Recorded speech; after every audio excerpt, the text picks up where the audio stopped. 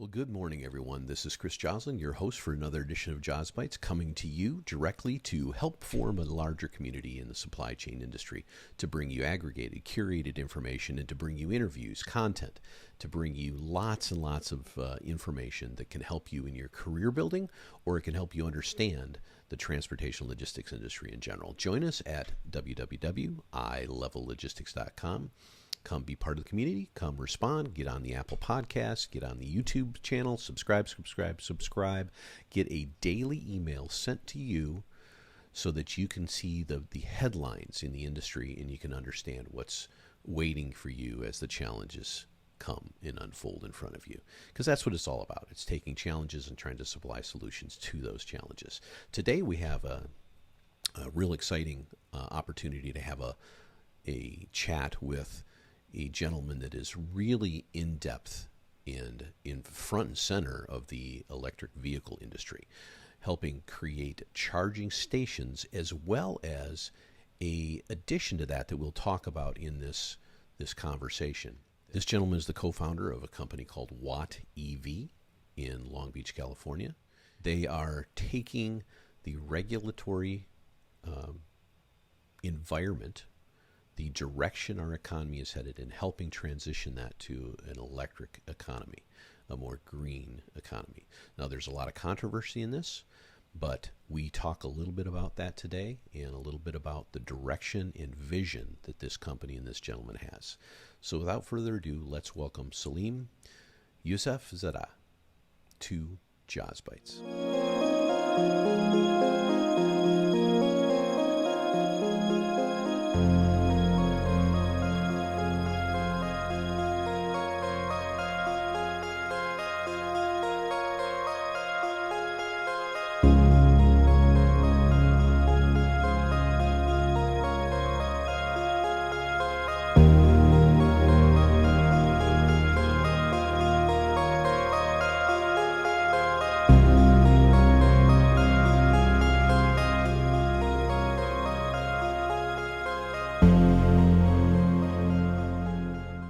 First of all, welcome to the show, right? It's a pleasure.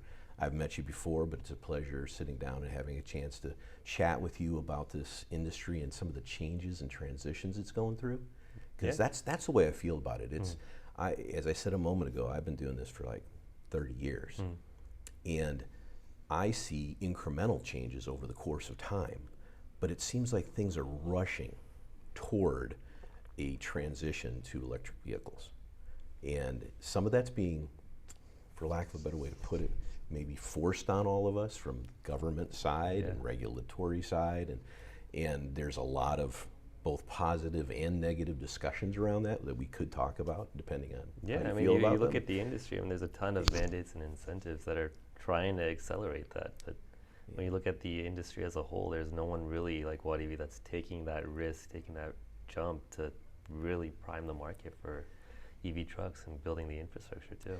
Well, it's funny because I've watched a couple interviews with you, and you said the initial thought was taking a look at infrastructural changes and developing, concepts and processes and things around that. And you've certainly done that. You've got a place up in the Bakersfield area, and then of course the Long Beach is the second facility. I'm not sure exactly where that's at, but that I would think is going to be just the hub, the primary thing going on. But the thing that I found most interesting was that, let me back up a second. Most things I watch over time in different business industries is that something new will come about and somebody will take a portion of it, a little tiny sliver, a segment of it, and try to develop that. In this case, I would say the infrastructure, to develop a place to go. The old saying from Field of Dreams, build it and they will come, right? So you build that field and then hopefully people will come, but that's a hope, right? Yeah, and when we started, we were also going with that assumption of, okay, we want to be the main infrastructure provider for electric vehicles. And we were running with the mentality of build it and they will come. So we started looking at the infrastructure first. What we quickly realized was that you can't just build it and expect that demand to pick up naturally. And that's when we really started looking at the electric trucks, the limitations, constraints they have, and saw an opportunity there where, okay, we can sort of become our own off-taker and generate the demand ourselves by really bringing out the electric trucks onto the market, prime it, show that it's viable product to be able to operate, move loads using zero-emission trucks, and then also put it together as a service to make it more affordable and accessible. I know your site says TaaS, right? Yeah. The trucks as a service, and I think I heard you say e-TaaS once or something along those lines. I really love that that phraseology, because there's a lot of industries out there that are trying to do something as a service, you know, subscription levels, things like that, and in a way, it's kind of a bigger version of the same thing. But I think that's a real important component for people that might watch this or other things about this industry, to see that you can't just build something and, you know, cross your fingers. Plus, you don't get funding if you do that, right? Course, because you know, the venture capitalists and people wanting to fund this sort of thing are going, well, you got to do more than that, right? I mean, let's look at some of the hydrogen infrastructure, right? You have a trucking facility in Ontario that has gotten a grant to build out a hydrogen fueling station. That station has just been sitting there for years, not being used. And you know, I mean, maybe at some point there will be a use case for hydrogen. I mean, there are some instances where it can work, and I agree that, you know, the development on that should continue. But that's one of those prime examples where they built it and they didn't think about the offtake side or the demand side. They just built it because for the sake of the grant for demonstration purposes, and there's no one to use it. Right. So it was like proof of concept, but it's one thing to say. It's you know, this is something that I've always felt about you know, academia versus, you know, pragmatic utilization, things like that. I'll go. I shouldn't tell you how long ago this was, but it was like 1985 or 6. I was a grad student at Arizona State at the time. And I'll never forget, I was there. They have this huge library there, and they've got this big esplanade over the top of it. Basically, it's underground. Of course, everything's so hot out there. They got to build stuff underground. But they had a guy come in, and he was all about hydrogen vehicles. That you made me think of it when you brought that up. And I remember sitting there as a fairly young kid in college, going, "This is the future. This is the future." Well, that was how long ago? You know, 35 years ago. Yeah, so that's a perfect example. I mean, it's been the fuel of the future for the past 30 years, and will continue to be so. Right. So electric, though, I mean, electric's been around a while. The consumer side has, you know, kind of some inroads and some legs in the business, and it's developing. And certainly from the charging side, there's more ubiquity. You know, you can go to the grocery store and you can charge up your vehicle there, and it's a smart thing for the grocery store, it's a smart thing for the person that owns the vehicle, and a smart thing for the charging people as well, because they got to go in for 20 minutes or 30, whatever it is. So with your plan, though, it's almost like the truck stop kind of philosophy, with some add-ons, of course, and we'll get to those. But so how do you see that developing? I mean, you're starting in California. Southern California is perfect. Yeah, I mean, so we're starting with California because it has the mandates and incentives to do that, and particularly in Southern California because, you know, these two ports alone are moving 30% of the freight for the U.S. So there's a ton of freight that's going between here to the Inland Empires as well as all over the country. But we're starting with the short and medium haul freight. So that's the distances that are less than or equal to 250 to 300 miles, which falls perfectly within the constraints of the vehicle. So by starting here and showing that it works in this model where we can have the trucks operating between the facilities that are under construction, Long Beach, Bakersfield, and San Bernardino, we can show that, you know, electric trucks can move freight, and they can work efficiently, they can work and we're able to achieve a total cost of ownership that's at par or less than diesel. And, you know, that's one very important point that you can't forget about. I mean, you have the price of the infrastructure, you have the price of the vehicles, but at the end of the day, what's most important to a transporter comes down to the dollar and cents. You know, they don't want to disrupt their current business, they don't want to have any additional costs. They do, you know, in some cases want to save the environment and brand themselves as a sustainable company, but it can't be at the cost of a more expensive product. Yeah, budgets are everything, right? But, you know, it's funny, you brought up cost of ownership, and that's, you know, that kind of encapsulates several different things. The cost of the vehicle itself per month usually, or the expenditure over time for how many miles it produces efficiency, right? And M&R, of course. And of course, M&R, I would think, with these vehicles is at least assumed at this point to be considerably less. It is, yeah. But what you really brought up there was risk aversion. Right? I mean, as a company owner, I own a couple of them. Yeah. You know, I've taken some risks, and I've had some failures because of those risks. But this is not going anywhere. This is moving forward, whether I or anybody else likes it or not, whether they're on board yet or not. So moving the risk aversion down for the companies you're talking to, I think, has got to be the primary thing. Everybody wants a good marketing tool, and having a fleet, even a small fleet of electric vehicles, is a great marketing tool in this industry. So that, I would think, be a primary push as well. Yeah, no, I mean, as you said, it's not really a matter of if, but when the transition to electric will happen. And then obviously the prices are a lot higher than they are compared to the traditional diesel trucks that you're buying.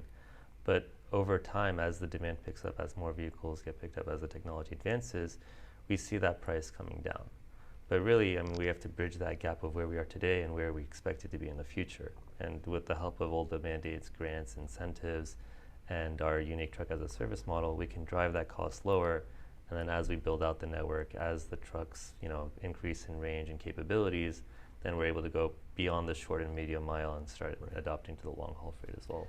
Yeah, I think that's part of the challenge, I would imagine, right now, is that you've got to start contained within a certain geography, right? Because you've got limitations in the battery expenditure. Now, the idea of Pony Express, which I've heard you say more than once, which is, I think, great, because you're hearkening back to 150 years ago, really, is a great one. I mean, I'm here in Long Beach today, and I can walk down the street, and there's scooters. You can rent from one here, put it somewhere else, grab another one when the charge is out, and go somewhere else. Yeah. So that's kind of what you're talking about, right? Absolutely. I mean, we know that time is money for a lot of the operators, and you can't necessarily have a driver going and waiting 2 to 3 hours for a truck to charge, and that's just wasted time, wasted expenditure. Yeah. So in our model, what we're anticipating is that as we have more trucks in our fleet and grow and expand our business, then we can have a relay operation where we've got trucks in all of our different depots. Where, for instance, if a driver picks up a truck in Bakersfield, drives it to San Bernardino, by that point the truck is nearly out of charge. And rather than going and charging at our depot 2 to 3 hours, they could pick up a fully charged truck there, be matched with another route on the way back, and then that way they don't have any downtime. They're utilizing the assets a lot more. So from our own standpoint, it becomes more of an optimization problem of how we manage our assets, how we match the loads, and how everything really works together on the software side to make sure that those assets are being utilized. So, really, the way you put that together, honestly, it sounds like Watt EV is. I mean, it has infrastructure, land, and all the solar and everything we can talk about in a minute. And it's got this program, this task program. It sounds like a tech company to me. Absolutely. I mean, we're very vertically integrated. I mean, we're building the infrastructure. We're putting the trucks on the road. We've got our software solution that connects it all together. But really, I mean, we've broken down every component, right? So we've looked at, okay, what goes actually into the infrastructure. We've looked at each of the hardware equipment that all of them provide. Also created our own subsidiary on that because we see a more efficient way to do that. And on the truck side of things, we've drilled down on all the way on a individual component basis to say, okay, how do we make these trucks more efficient? What does it take to expand the range, the efficiency? And that's where MCS comes into play, megawatt charging capability that allows for more rapid charging, and then hopefully eventually more higher density batteries for longer range. Right, and the MCS side of things, I mean, everything right now is pretty much CCS. Right. And the megawatt charging capabilities really are in the infancy of development. So, I mean, I've heard that it goes from a couple of hours of charging CCS or more, right? Yeah. Maybe trickle overnight to keep things charged, which is perfect for, if you have a bunch of your trucks sitting in Bakersfield, a bunch of them sitting down here, and you can just do this all the time, you've taken away a huge amount of risk from the companies that are utilizing that. Yeah. But the MCS changes everything, because now you have people that can go up there and they can hang out and probably... At that point, it becomes acceptable for a driver to come in, go to an MCS charging station, charge for 30 minutes rather than swapping trucks. But then, my thinking, because I go down the highway and I pass the Loves and the Flying J's and those kind of places, and they were originally developed as places to get your fuel. Yeah. Then they turned into places to stop and get your everything else, and I mean everything else. Yeah. So these way stations that you're developing, I could see turning into something much larger at some point. Yeah. You know, that allow. It's a lot of people look at it as the truck stop as the future. I mean, we are building the 21st century truck stop, where we have exclusive towards EV vehicles, whether it's hydrogen or electric at some point. But we have all the amenities that a traditional truck stop would have as well. Yeah, the long haul part of it. It's going to be interesting to see how fast that comes at us. And I know you guys have some pretty lofty goals out there. 12,000 trucks, I believe, is the number in the next 3 or 4 years. By the end of the decade, yeah. By the end, okay, so a little bit longer than that. Yeah, that's a lot of trucks on the road. But it's still a drop in the bucket compared to what's going on now. Yeah.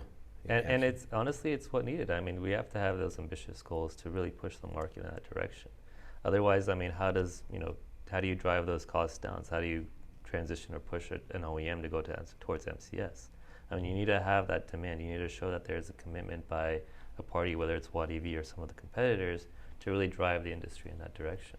Right, and it takes a good marriage between all these components. Yeah. That's got to be one of the hardest parts, because you've got people that have spent decades doing something in one direction. The makers of these vehicles, things like that, I mean, you're sitting here within stone's throw of the harbor, and I would think that you could probably develop your entire company for years right here only, because I think, what is it, 2035 that everything going in and out of the harbor has to be? Well, 2023, only zero emissions vehicles are allowed to register. Only like new vehicles coming in are allowed to be zero. 2023. Yeah. So that means that any vehicle that already was registered can continue operating for the lifespan of that vehicle, which I think is another 18 years. Right. But from 2023 onward, only zero emissions vehicles are allowed to register. That's interesting. Plus, on top of that, I know that the South County. Yeah. South Coast CQMD. Thank you.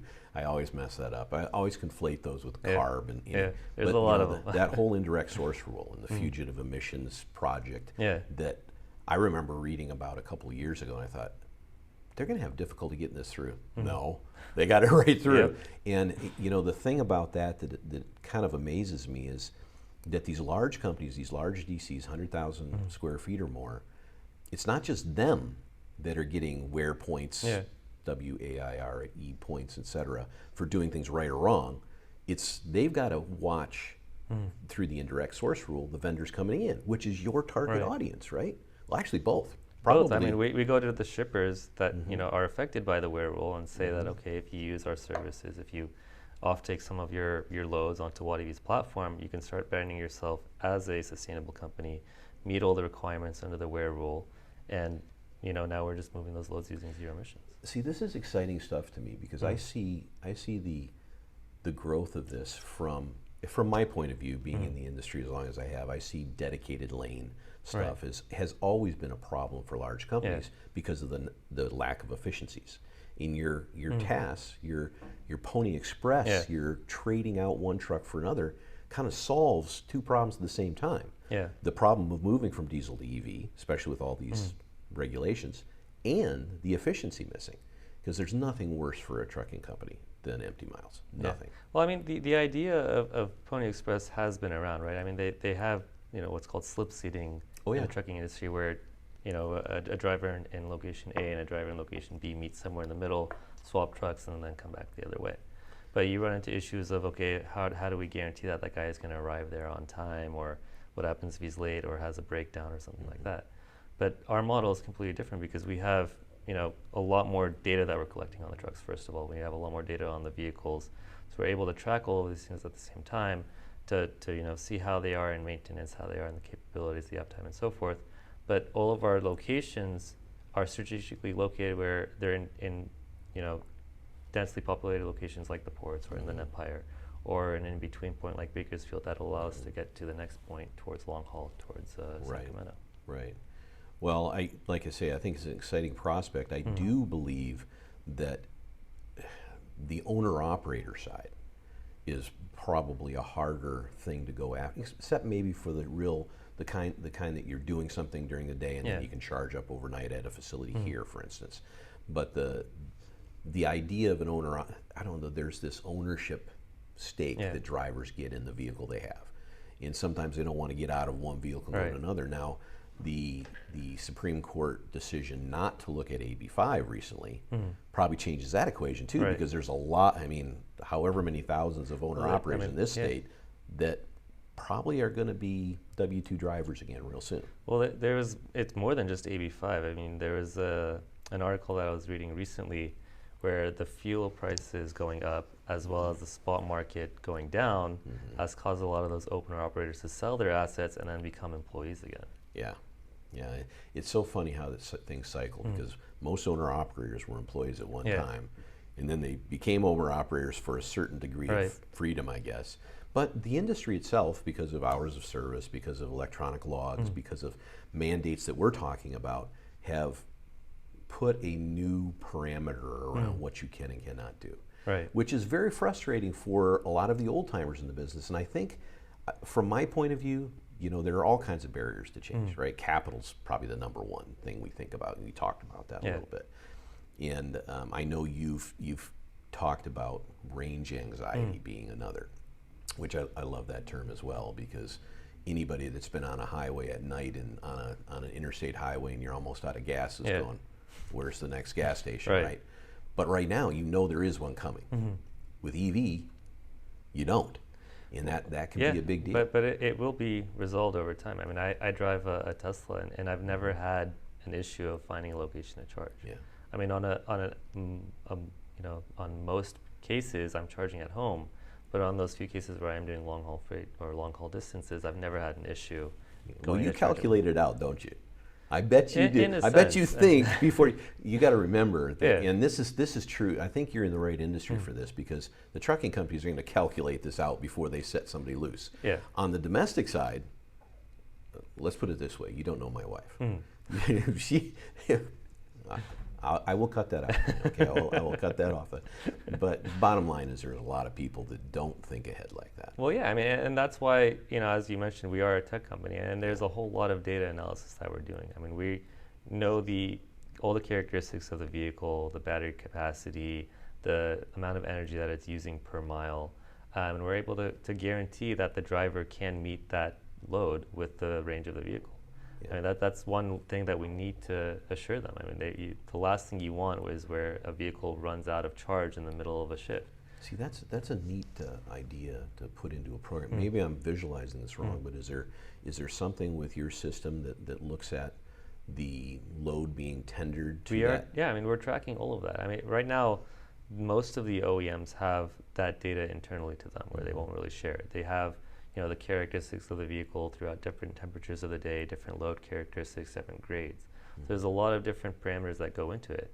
But over time, as we run our vehicles, whether it's Volvos, Teslas, BYDs, or other OEMs, we're getting all of those inputs in and building our own models of, okay, these are how these vehicles are operating in various conditions, so that once we have a driver come in that wants to move a load from A to B, we can assure them that load can be met with the range of the vehicle. Will actually get there, right? Because there's nothing worse than, and of course you probably have to blend in their particular hours of service, and they have to do that before they take off anyway. But so it sounds to me like it's a combination of two things, really. I mean, the infrastructure piece is a given. You have to have a place to redo this. And I would imagine both these truck stop formats and maybe some affiliations with larger on-site partners. I don't know, the Amazons, the Walmarts of the world, they have just 1 million vehicles going in and out of there. I would think it would be a great place to charge up. Absolutely. I mean, you look at where it started. I mean, most of the people that were early adopters of the electric vehicles were those larger companies that would put the infrastructure at their home base and then just go out, do a short haul freight, come back, and then charge overnight. Right. That's not enough of, that's not enough to get us to the middle mile or to the long haul freight, and that meets a very small segment of the entire industry. Right. And you have the owner operators, you have so many other drivers that don't fit into that category of, okay, let me go and charge at a headquarter, go out, do a shift, and then come back and charge again. So all of these could become hubs in the Watt EV network, where we go to different shippers, tie up with them, and say, can I put in public infrastructure at your location where you can come and charge, and then you can also have others come in and charge, and that allows us to expand our network much more rapidly. So as far as the public infrastructure is concerned, I know up in Bakersfield you have 100 plus acres, if I remember correctly, and 80% of that is probably taken up by the solar panels and the battery retention, things like that, which is huge. I think that was a very intelligent way to move. I'm sure PG&E is adding to that program. But how do the utilities kind of blend into this? Because utilities charge on a variable time of day, they charge different tiers, and you have to have the infrastructure at those particular yard sites. Well, I mean, that's the thing. We know that, this is a heck of a lot of energy, right? And utilities aren't necessarily prepared, or they don't necessarily have the upgrades in place to handle all that load. And on an average basis, we want to be lower than the utility rates, or lower than whatever our competition is using as well. And by adding in solar, we feel that we can drive down the cost of energy to something that's much less than what utilities are charging, and become less dependent on the grid as well. So if you look at Bakersfield, that's a property where we have enough acreage to put in a microgrid, where we can operate with some utility coming in as a backup, but predominantly from the solar infrastructure. Yeah, and I would imagine at some point when you're large enough with your infrastructure that there's going to be an opportunity to buy that the excess of energy at a commoditized price of some kind. I'm sure that happens all the time with large companies. Yeah. But I do know that living in California for most of the last 30 years, that we have enough rolling brownouts as it is. And the challenge I see for this industry, the number one challenge, because I'm a guy that normally I talk about being an incrementalist. And so when there's these dramatic shifts, I'm like, oh, it kind of gets me, But I do feel that this is something that's long overdue. I've been in California long enough to watch. The air quality here is so much better than it used to be, but it's got a long ways to go. And with the population centers here and the density and the ports and all the, 30% or more of the freight in the United States comes through right here, it's got to change. So change is inevitable, get on board or get off, right? But what's going to happen, of course, is that you're going to have a lot of haters. It's already happened, right? I see memes online of, electric vehicles being charged by diesel generators over here and things like that. But that's a crossover time, right? Isn't that? Yeah, but part of the problem for that is because you have a lot of these traditional OEMs where their bread and butter is selling diesel. And in some cases, a lot of those players are somewhat pessimistic to bring in electric vehicles. One, because it's eating into their original business, and two, because there's a lot more cost involved that they have to put up to get it to happen. And that only delays, the inevitable of what's coming to transition to electric vehicles. Right. So it sounds to me like there's kind of a tipping point mentally, that or psychologically that the industry has to get to, and certainly California was the right place to start. I often say that they're the tip of the spear on a lot of this stuff. Sometimes the spear hurts and sometimes it helps, but that's the right place to be, because here is in probably another coast soon. But I would imagine, I won't take up a lot more of your time, but I would imagine you have really big plans. Absolutely. California is just the starting point for us. We've got nationwide goals, already looking at states on the East Coast that are adopting similar mandates and incentives. That's what California is doing. Yeah, that's next. But first things first, right? California, and you've got, is it 2 facilities down, or you got a third one? Yeah, so all 3 are under construction. We also have another 4th one in the works, but we anticipate in Q1 next year having these 3 facilities running, along with the 50 Volvos that we have on order right now. So we'll be running, or actually operational next year, and showing that electric vehicle is a viable way to transport goods. Right, and these first 50, are they outsourced or not outsourced? Are they being leased out to others, or some of those vehicles would be operated within our own transport company with our own DOT license and MC number, and that allows us to really test our software in the meantime, right? We have an operations team that's already running some trucks right now, as we add in the telematics and different software services, so that we can really test our software And then once we get our electric vehicles, once our sites are operational, then it becomes sort of a seamless transition. You've got a complicated but very exciting future ahead. That is Yes, for I sure. know. A lot of work to do. and you have a few grays coming in, but they're going to get a lot grayer in the next few years with this industry. I'm telling within you. the past year alone, it's more than doubled. Well, all I can say is thank you, Salim, for taking a few minutes with us today, happy to be here. And having a chat about this. There's a ton of things I would love to dive into, but I think that this is an evolving process. I really do, and I'm liking what I see right now. Yeah. I know that there's competitors out there, and they probably have different directions they're going, et cetera. But the model you're talking about with ETAS, like the way I like to call it at least, is a great bridge to a challenge that the industry has for transitioning over. Right. And I'm sure you're going to have a lot of success with it. Thank you. I appreciate that. Thanks for having me. Yeah, thank you.